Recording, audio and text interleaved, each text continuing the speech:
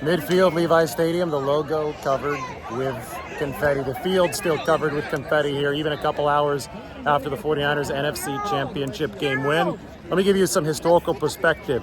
67 years ago, the Lions won their most recent road playoff game. It was at Kezar Stadium. The 49ers were up 24-7 at halftime. Does that sound familiar? Well, the 49ers were down 24-7 at halftime to the Lions today. You know, more parallels.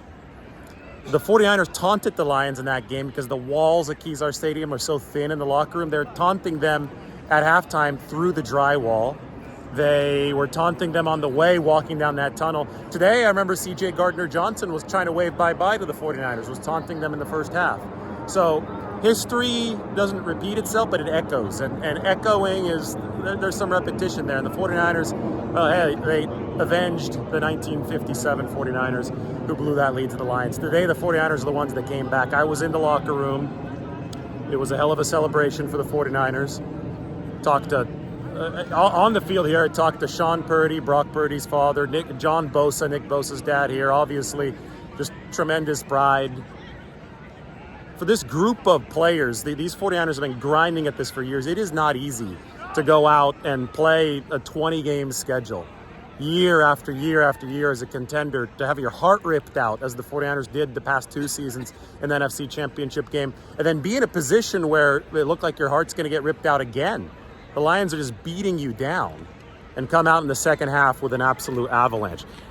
Believe it or not, the locker room wasn't this crazy rah-rah yelling session for the 49ers. The offense, they split off into two sides at halftime. The offense is on one side, and the defense is on the other side, or in opposite corners of the locker room. The offense was like, guys, we just need to move up tempo. Let's start scoring points. And obviously they did that. Brock Purdy was sensational. He combined his Steve Young and Joe Montana impersonations to get the job done for the 49ers today. He is an elite quarterback in this league, period. I was right about all those things. A lot of people give me a hard time about that, but I'll just take a quick second here to say that I was correct, and a lot of people were wrong about Brock Purdy. He's now going to the Super Bowl, where he's going to face Patrick Mahomes. But you look at what the offense did, the defense, that there might have been a little bit of embarrassment, maybe a lot of embarrassment in the first half.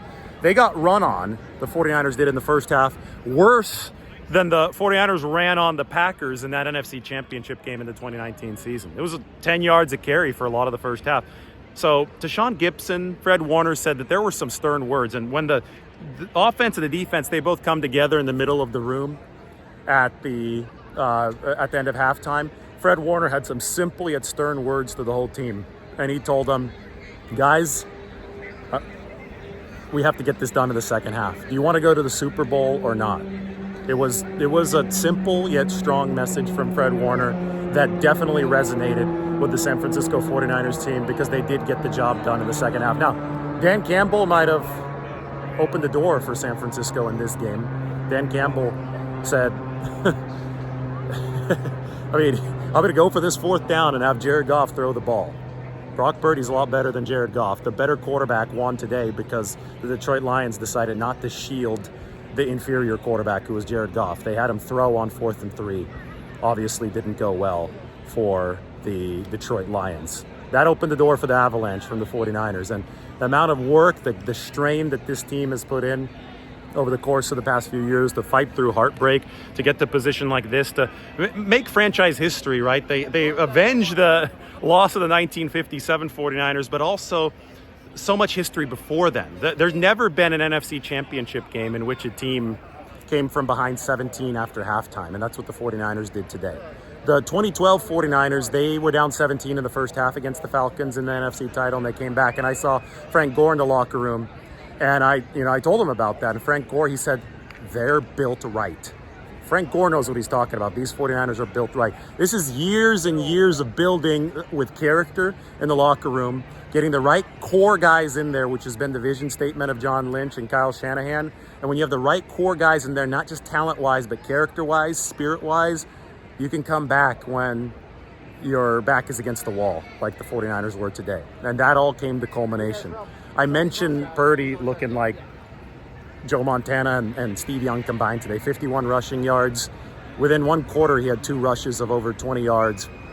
that's another thing that so much of the media, so many casual fans were wrong about. As I walk across the red paint here on the field, so many people were wrong about Brock Purdy and his mobility. And he's one of the more athletic quarterbacks in the game. And Trent Williams was talking about it today. His mobility is underrated. And, you know, you look at a game like this where the Lions absolutely had to get him, and he spins out of a sack and takes a hit to the head. I don't know why they didn't call a flag on the play, but takes a hit to the head, spins away, then fires downfield to Kyle Juszczyk. Just absolutely elite stuff from Brock Purdy. So it's so fitting that he's going to get to face Patrick Mahomes in the Super Bowl, because Mahomes is doing elite stuff on the other end. Probably the two MVPs, right, of the league in a legitimate way of looking at it. Brock Purdy and Patrick Mahomes, they're going to be playing in the Super Bowl. Lamar Jackson might win the regular season MVP award, but I think we've seen over the larger sample what the real deal is. And, you know, Christian McCaffrey, I had the video of him. Maybe I could tack it on to the end, or I'll post it somewhere else. The video of him running in the locker room. There were some cigars for the 49ers. There was Christian McCaffrey sitting around with his family, Ed, Lisa, his fiance Olivia. Brock Purdy was talking to all of them. Brandon Aiyuk was dancing with all his friends. Juwan Jennings said that his catch on that off-schedule play, he thinks that was an even better catch for him than the Hail Mary that he caught for Tennessee to beat Georgia. I mean, there was just an outpouring of emotion. The hard work came to culmination for the 49ers in the locker room. It came to culmination for the 49ers on this field today, but in the locker room, they got that sense of victory. And they're already talking about the Kansas City Chiefs. Obviously, they're going to enjoy this for a little while. This is a chance for revenge. Part of this laborious story for the 49ers has been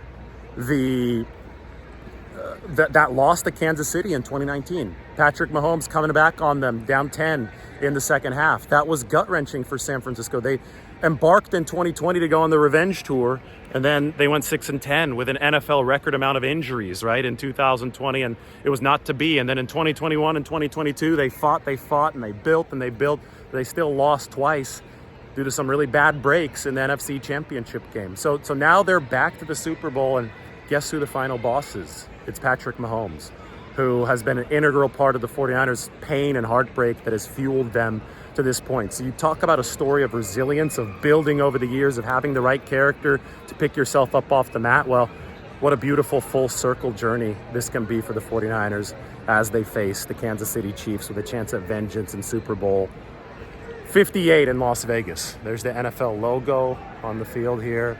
There's the 49ers saloon font in the end zone, and obviously the red paint. This is it from Levi Stadium this year. The 49ers are headed to Super Bowl 58. Got a lot more coming for you. Hope you enjoyed the coverage.